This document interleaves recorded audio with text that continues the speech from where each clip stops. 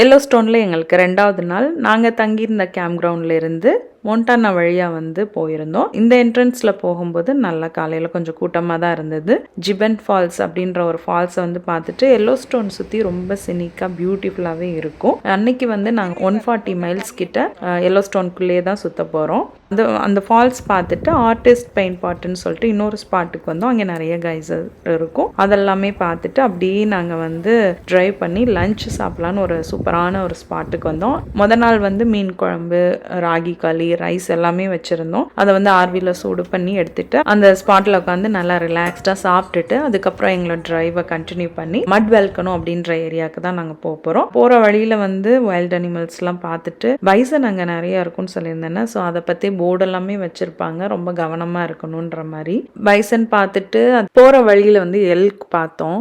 அதுக்கப்புறம் வந்து மட் வெல்கன் ஏரியாவுக்கு வந்தோம். இந்த ஏரியா ரொம்பவே ஸ்மெல்லாக தான் இருக்கும். அது பார்க்க வேண்டிய ஒரு பிளேஸ். இன்னொரு ஒரு சீனரியான ஒரு இடத்துல வந்து நின்று ரிலாக்ஸ் பண்ணிவிட்டு ஸோ லைவாகவே கைசரோட எரப்ஷனை வந்து நாங்கள் பார்த்தோம். அது நெக்ஸ்ட் வீடியோவில் ஷேர் பண்ணுறேன்.